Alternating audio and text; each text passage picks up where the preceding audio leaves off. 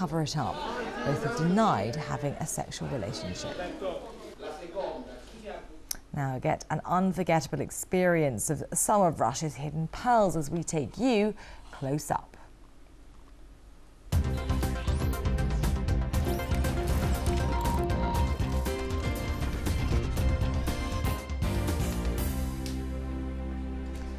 Artie has travelled 300 kilometres north of Moscow to the Yaroslavl region. The main town is 1,000 years old, but its residents are certainly keeping up with the 21st century. It's home to one of the largest oil refinery plants in the country, employing a third of Yaroslavl's population. But smaller towns also forge ahead, reviving dying crafts with modern techniques. Lindsay France took a closer look at thriving businesses. Whether it's fast motors, historic real estate, or funny felt, the people of the Yaroslavl region are not short of space for their robust ambitions. Take the landscape, for example, almost 37,000 square kilometers, covered in snow in the winter months. So back in the 1970s, Ruska Mechanika set up a factory in Rybinsk, churning out man's new best friend in the area, the Russian-made snowmobile. In Russia, actually, there is no the trails for the snowmobiles riding, and we have a huge snow territory. Yes. You can ride anywhere. Now the company is the #1 snowmobile manufacturer in the country, with 700 employees. Every machine is fully tested before it leaves the factory, bound for customers who include even the local police.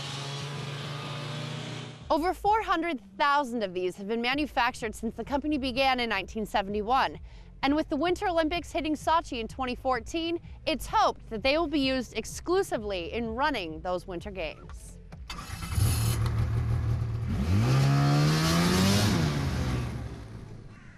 Moving at a slower pace is the sleepy village of Vyatsko. Investor Oleg Zharov showed me around and told me why he left a career in science to create a tourist destination in an almost forgotten place he read about just a few years ago. He has sunk a cool $1 million into an antiques museum, restaurant, hotel, and revived neighborhoods to attract travelers seeking the Russian provincial experience. The whole thing began as a hobby, gradually evolved into a way of life, and then into a business project. We can describe it as a social experiment of sorts, aimed at reviving our culture and historical heritage. I've been handling this project for the last 4 years, and the local population has changed its attitude radically. They now have confidence in me. This market has very much economic potential. And the people living here are now keeping that potential alive by promoting traditional Russian lifestyle choices, from baptizing their babies to the way they keep warm. I learned how to make stoves and fireplaces from my granddad.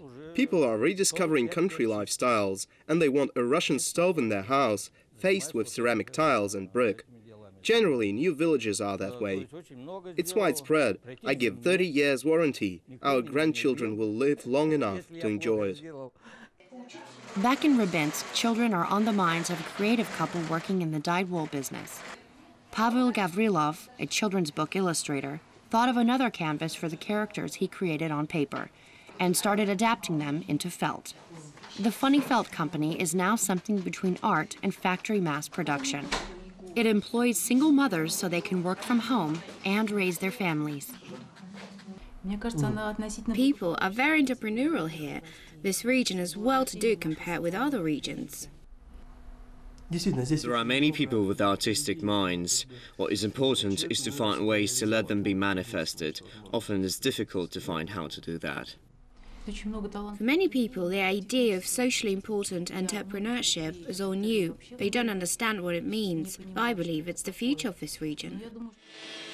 Whether it's sports, history, or art, there seems to be something here for everybody who wants to make a buck and create new ideas. In the Yaroslavl region, Lindsay France, RT.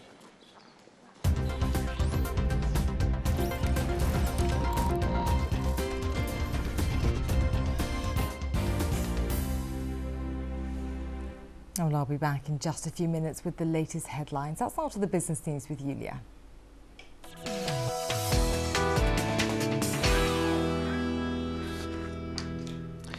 Hello and a very warm welcome to the Business Update. Friday will see 10K